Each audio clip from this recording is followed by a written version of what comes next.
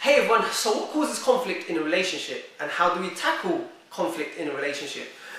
I'm going to explore a few of these ideas and give you my thoughts and my insights. Now, I want to use an example of person A and B in a relationship. Right, you're faced with a scenario and a situation at hand. Now, person A and B have two different ideas in terms of dealing with this scenario. What do?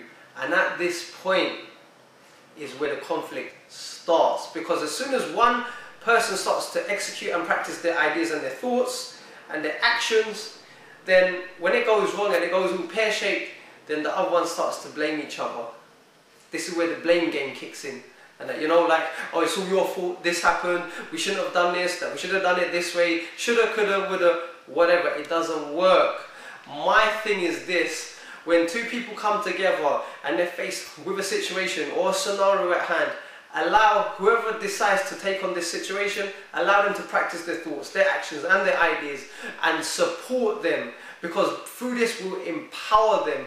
There's no just one way of doing things. There's so many different answers and so many different ways and attitudes and approaches in terms of dealing with a situation at hand. We don't always have to say my way is the right way and your way is the wrong way, because if we do this, we've killed off the person emotionally, psychologically and spiritually from growing and from developing. I want to give you guys a simile, and this simile is of this cup here. Now, we might be looking at the same thing, which is the cup, but there's so many different people who focus on different areas of the cup. So say, for example, one person might focus on the top part, another one might look at the detail down below, or someone might look at the intricacies of the insides of this glass cup. We all have a different perspective of looking at the same thing that we're faced with, and different approaches and different interpretations of what we're looking at. Now, this is the point I'm trying to make, where we could be faced with the same situation at hand, but we just have a different way of looking at things and a different answer to deal with this situation. Guys, have you ever heard of this saying? It's about looking at the big picture. I've got a different take on this situation, because any specialist will tell you it's about paying attention to the detail. It's all good and well looking at the bigger picture, but sometimes that you look at the bigger picture that you miss the finer details. Sometimes the finer details don't matter, you got to look at the bigger picture. But my philosophy that I'm trying to say to you guys and trying to explain to you guys is that you need both, because sometimes that you got to understand the finer details to actually step up and look at the bigger picture.